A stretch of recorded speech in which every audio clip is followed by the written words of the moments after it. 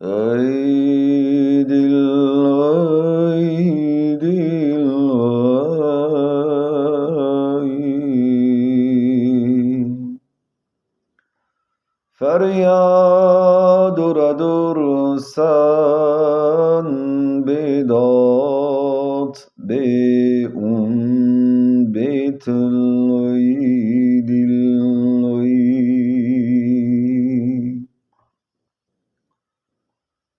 Ey dil,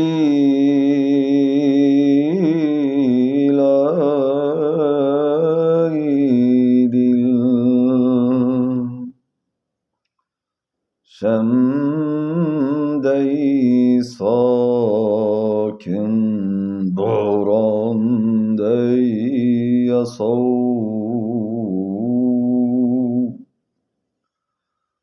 Ko'ksimda to'g'onsan, ey dil, ey dil, ey.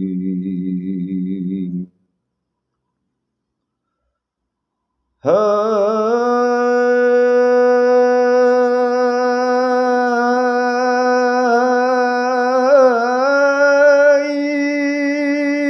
dil,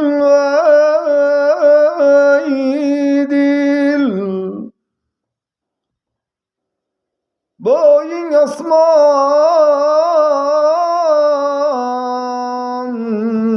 mavjing bulut.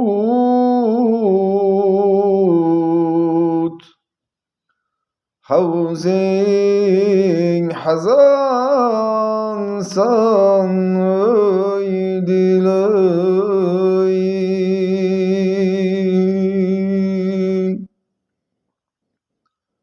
Ey dil, ey dil, ey. Keksa chinor ajin qator, zirqsiz devorsan,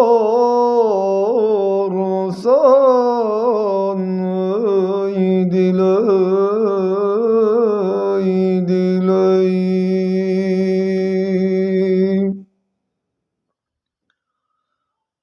Keksa chinor ajin qator, zirqsiz devorsan,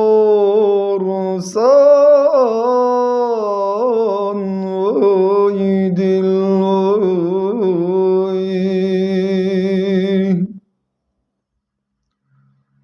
Hey,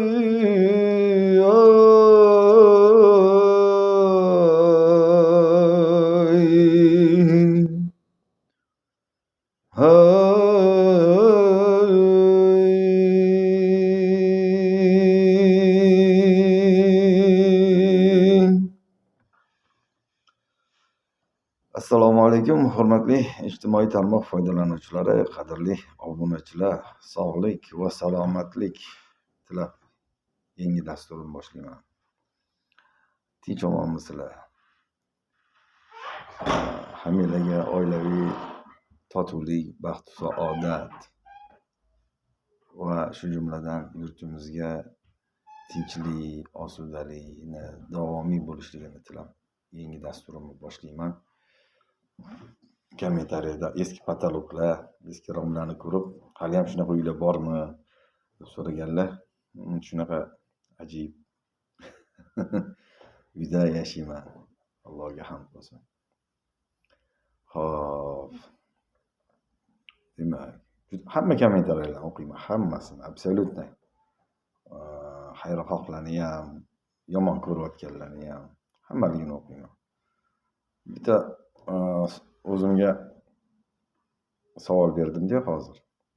Har safar yomon kommentariyani, yomon ma'noda yozilgan kommentariyalarni ko'rganda nima bo'ladi menda? Albatta, u maqsadiga erishadi, meni xafa qiladi. Meni xafa qilishga erishadi. Ichim og'riydi. Nimalar o'tib ketmaydi ichimdan. Lekin o'sha paytda aql ishlaydi, hissiyot hammasi ishlaydi.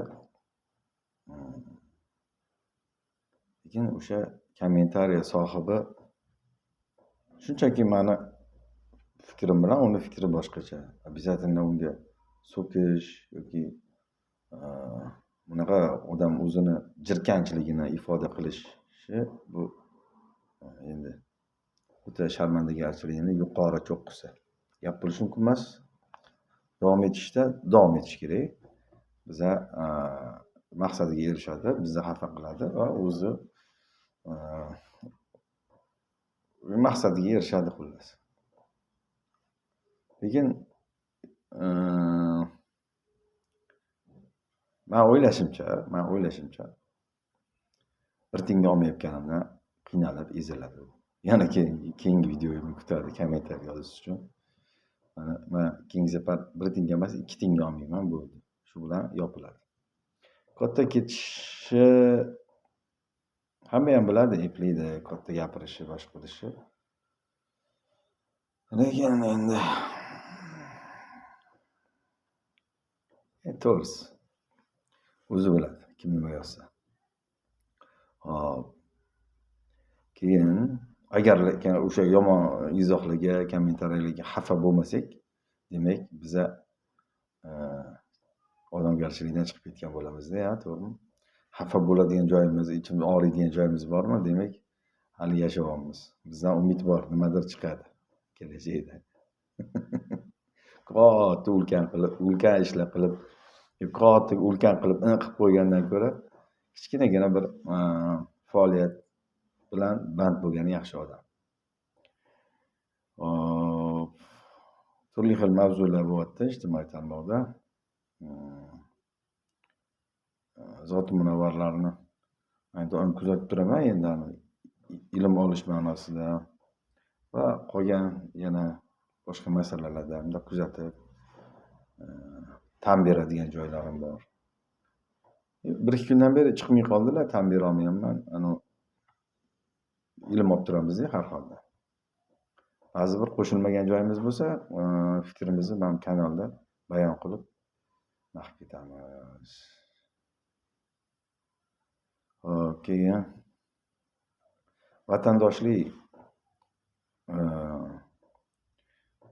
vatandoshlik jamiyati tushunchasi haqida o'zimni tushungan narsam, ya'ni birovdan o'rgangan narsam emas. O'zimni tushungan o'lchovim, qarichim va qarashlarim bor-da, dunyo qarashim. Balki bu narsani haqida kamchiligi bo'lsa to'g'rilab o'rganib, yana yakuniga yetkazib o'rganish kerak bo'lgan joylari bo'lsa o'rganish kerakdir. Lekin bu narsa haqida biror bir nimaga bir ma'lumotga ega emasman. Lekin vatandoshlik jamiyati tushunchasi bu menimcha bugungi kunda kimlar bilan qaysi makonda shu zamonda qaysi makonda yashayotganiga qarab odam o'lchovlarini, ohanglarini, munosabatlarini va hokazo ko'p nimalarini, xatti-harakatlarini shu zamon holatlariga qarab murosa bilan tizimlashtirish kerak. Yo'lga qo'yish kerak. Qanaqadir tushunchalar, bu tushunchalar, misol uchun qarashlar, hammani o'zini dunyo qarashi, fikri bo'ladi. Lekin hamma bir-biriga o'zini fikrini o'tkazishga urinishi bilan yechim bo'lmaydi. Maqsad kamida 50% yo 30% yo 10% bo'lsa ham natijaga erishish. Umuman maqsadga ikki taraf ham erishmaganidan ko'ra 10% bo'lsa ham natija bo'lgani yaxshi. Odamlarda ko'pchilikda shu narsada ko'pchiligimizda shu narsada qaysarligimizmi yo axloqsizlikmi bu yo kibrmi bu, ya'ni kim hamma xohlagancha nomlashi mumkin. Murosa qilib odam bir kattani, bir kichkinani eshitish kerak. va masala albatta 100% zo'r bo'lishi shart emas. Iloji ham yo'q. Judayam nodir hollarda 100% yaxshi natija bo'lishi mumkin. Noqal bir 10%, 20% bo'lsa ham foydada qolish kerak. Ikki taraf ikki yoqqa tortib turadigan bo'lsa, uziladi oxiri arqon. Ikkala tomon ham ag'dariladi va ularni qo'llab-quvvatlab tarafkashlik qilayotganlar ham billa quliydi ular bilan. O'shaning uchun 10%, 20% bo'lsa ham foydali bo'lgan tarafda turish kerak odamzod. Любой masalada. Tamomiy bitta foydali bir ishni yoki fikrni o'rnatib bo'lmaydi. O'rnatib bo'ladi deb o'ylayotganlar mana shuncha yildan beri o'rnata olmayapti. Shuni da'vo qilib faqat urush janjal, faqat to'polon bir-birini so'kkan, o'qigan. Qaysi taraf bo'lishidan qat'iy nazar. Endi keladigan bo'lsak,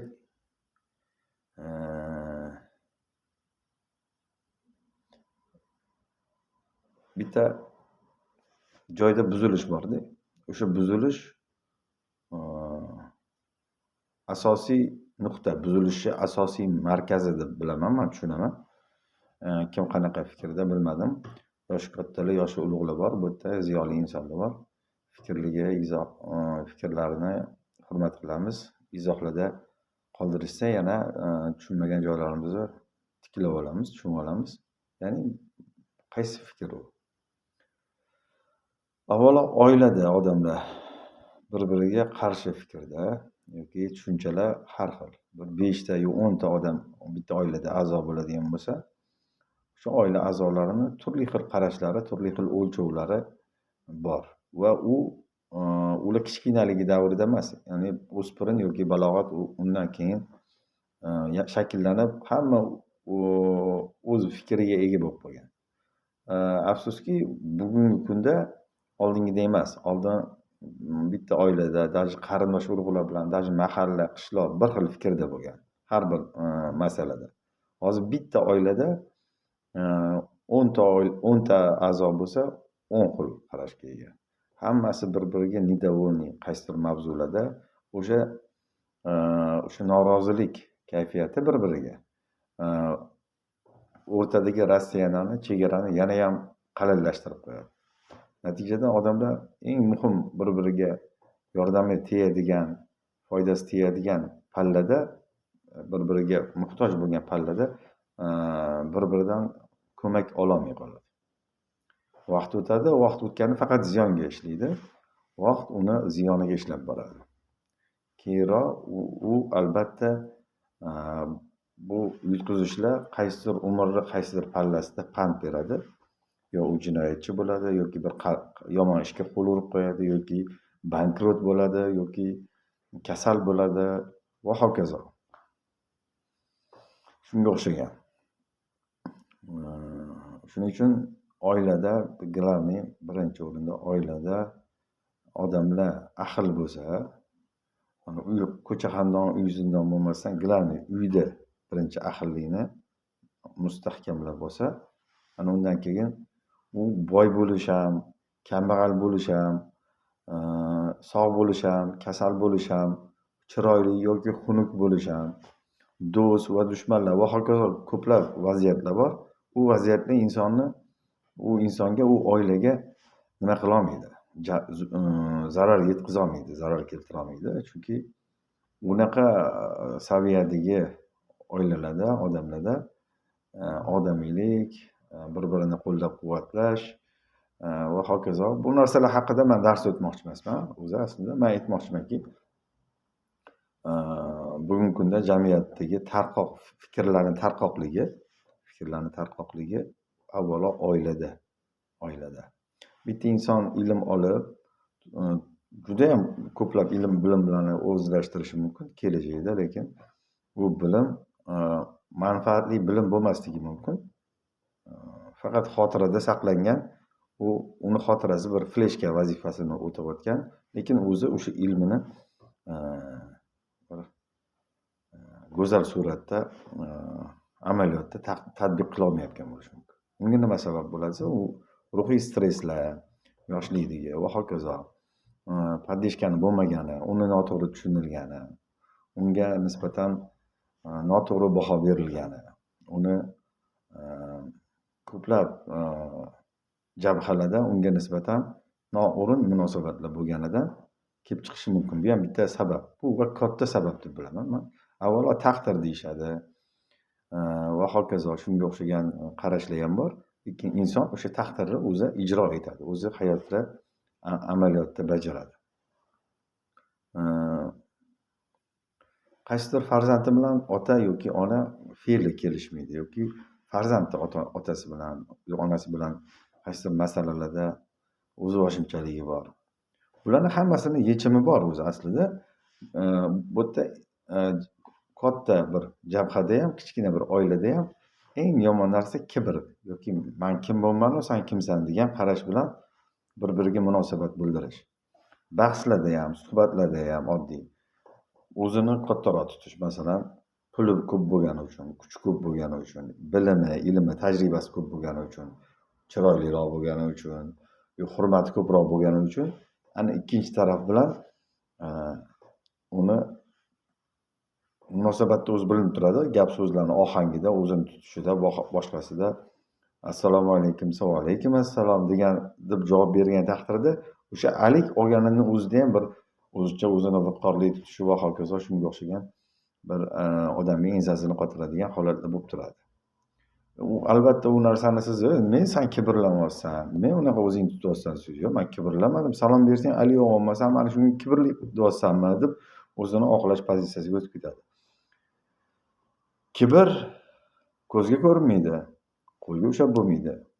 To'g'rimi? Uni isbotlab bo'lmaydi. Go'yoki isbotlab bo'lmaydi, lekin Xudoyim taolo insonni vujudiga, fitratiga shunaqangi bir farosat degan bir mexanizatsiyani joylaganki, endi agar ta'bir joiz bo'ladigan bo'lsa, o'sha mexanizatsiya, o'sha farosat hamma narsani ilg'ab turadi. To'g'ri, u filologический olib qochishlar, yugurtirishlar va hokazolar qilishi mumkin. Yoki o'zidan bir gaplarida bir boplab qo'ydim degan bir anaqada gaplashishi mumkin, bir boshqa shunga o'xshagan.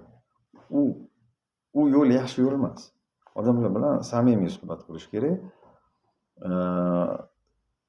Samimiy suhbat qilish kerak. Agar masala, maqsad, yechim, xolislik, tinchlik bo'ladigan bo'lsa.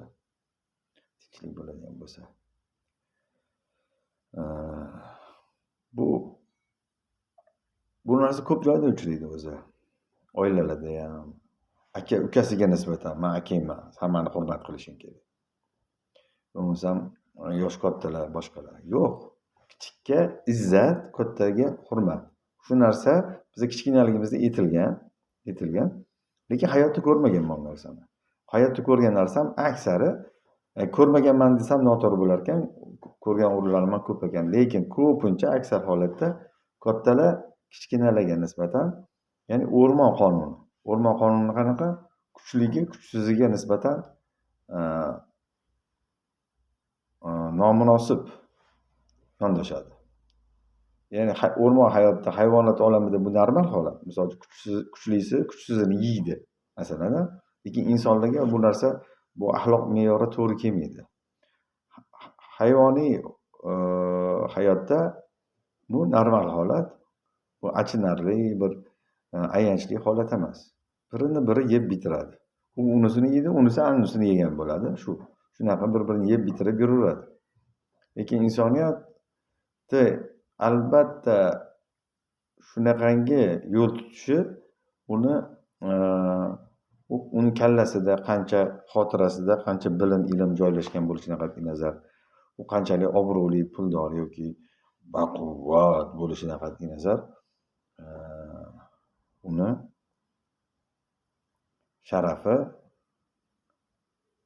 sharafi aslida uni kamtarligida, vazminligida va hokazo. Unga agar u sharaf uchun qilmaydi odamzod u narsani, lekin maqsad, yechim, Misol uchun man shaxsan tanimayman, lekin ijtimoiy tarmoqda ko'p kuzataman. Hamid Sodiq, siyosatchi, politolog inson. Shu kishini prosta man so'zlari va jumlalarni tuzish, savollarga javob berish madaniyati, niyati, orzusi va hokazo qarashlari judayam bir vazmin odamda.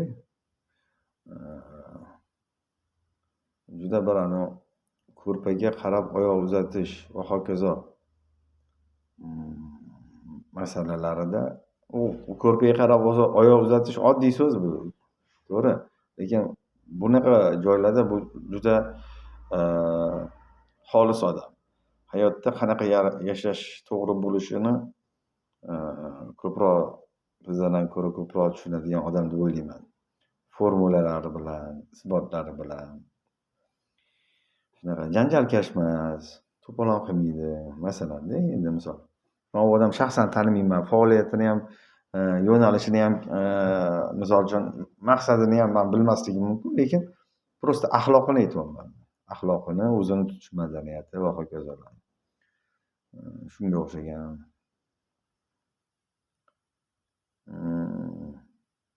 Shu kishi ham aytadilar-da, vatandoshlik jamiyati haqida ko'p gapiradilar. Shunaqa. Mayli. Okey, ko'rinmay qoldilar, tinch bo'lsinlar ish qilib. Bir ikki kundan beri chiqmayaptilar. Okey. Tinch bo'lsinlar, biz ham tinch bo'laylik. Bir-birimizga ziyon yetkazmaylik, g'irromlik qilmaylik. Boshqa qilmaylik. Blogerlar mana YouTube'da chiqib olib, bir-birini haqorat qilib, so'kib, kamsitib, boshqa qilib, bittasi so'kib qo'ysa, ikkinchisi javob qaytarmasa, go'yo qo'rqoq bo'lib qoladi.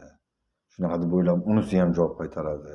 Voy bu ma'noga javob qaytarib, keyin anisi, uchinchisi qo'shiladi. Gapirmasa bo'lmaydi. Gapirma bo'ldi. Gapirmasa ham bo'ladi. Shunaqa. Sog' salomat bo'linglar, ko'p vaqtinglarni olmoqchi emasman. Eng asosiy men bugun gapirmoqchi bo'lgan, ko'tarmoqchi bo'lgan narsa va eslatmoqchi bo'lgan narsa vatandoshlik hissini his qilishimiz kerak bir-birimizga. Qoramizmi, lo'li, o'ris, kariz, boshqa любой dinni qaysi bo'lishidan qat'iy nazar. Hamma bilan chiroyli salom alik boshqa qilish kerak. Hech kimdan hech kim ustun emas, hech kimning oxirida nima bo'lishini hech kim bilmaydi. Hech kimga qayerga borishi javob berilmagan. Hamma inson, hamma u millati, boshqa nima bo'lishidan qat'iy nazar hamma tuproqdan yaratilgan tomon. Ya'ni tuproq ketadi, bir-biridan katta ketib, bular anaqaliklar, bular mamnaqaliklar, bular mamnaqaliklar deb yurgandan ko'ra, biz eng to'g'risimiz deb hammasi bir-birini o'zini o'zi to'g'ri deydi. Hammasi o'zini o'zi to'g'ri deydi. Bundan ko'ra oddiy odam bo'l. Shu oddiy odam bo'l oldin. Keyin qo'y, keyin da'voingni keyin qilasan. Oddiy odam bo'l. Odamga o'xshab gaplashishni o'rgan. Kibrlanma, balanddan kelma, boshqama. To'g'risida, sen kibrlasang, anaqa gapirsang o'zingcha, mamiyodagi odam sezib turadi farosati bilan. Senga ham nimadir javob qaytargisi keladi-da. Sen kimsan degisi keladi. Sendan ham balandroq kelgisi keladi. Keyin jabrdiydani yoqib olasan-da, sen bir qillaring bor. Bir jabrdiyda bo'lib olasanlar. Mayli. Salomat bo'linglar, omon bo'linglar. Bugun ham chiqish qilib qo'ydim. Endi juda ham qiziqarli mavzu bo'lmagandir. Hozircha meni kutib turgan yoki chiqishim nima gap bo'lsa ham gapirib o'tirishim ham qiziq tuyulyapti ba'zi bir insonlarga. Endi qanchalik foydali, ma'nili gap bo'ldi bilmadim. Oddiy qarashlarimni sizlar bilan oddiy qarashlarimni ulashdim. Bu hech kimga bilim yo aql o'rgatish emas, yoki o'zidan kimdir yasash emas. Boshqa emas. Sog' salomat bo'linglar. Oyidodalar, sizlarga alohida tashakkur. Doimiy kommentariyada meni qo'llab-quvvatlayotgan va ba'zi bir o'sha yerda men doimiy kommentariyada man bilan ham fikrlarimni diqqat bilan kuzatib, noto'g'ri ularga fikrim to'g'ri kelmagan joyda mana bunaqa deyotgan yurtdoshlar, vatandoshlar, sizlarga ham alohida tashakkur. Endi shunaqada, sekin-sekin o'rganaveramiz bir-birimizdan kuzatib, boshqa qilib, bir-birimizga nimanidir isbotlab qo'yish, boshqa qilish nimasida emasmiz, pozitsiyasida emasmiz. Vaqt ko'rsatadi hammasini.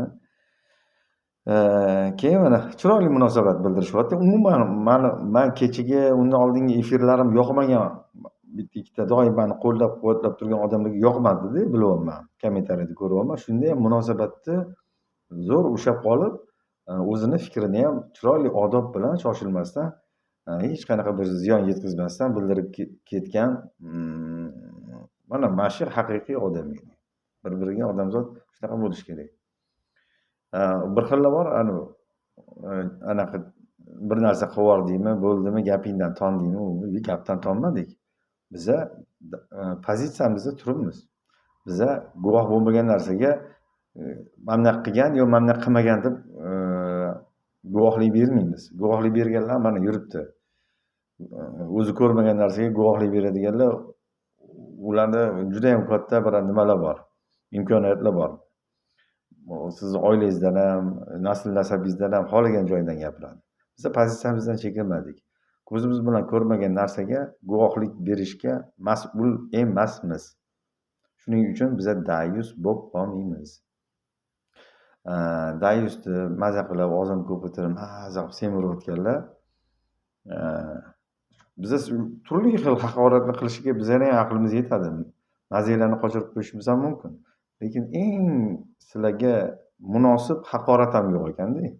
Haqoratlarni ichidan topa olmadim. Haqoratlarning ichida yo'q sizlarga munosibi. To'g'ri kelmayapsizlar, hech qaysiga to'g'ri kelmayapsizlar. O'pshi qilib haqoratlarni hammasini bitta qilib jamlasa ham, o'sha ham kamlik qilyapti sizlarga.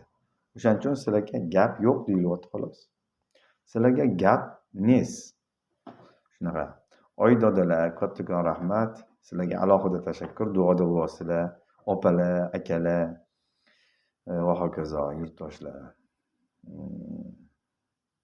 Do'st, birodarlar. Sog' salomat bo'linglar. Ko'p cho'zib yubordim gapni. Omon bo'linglar, rahmat.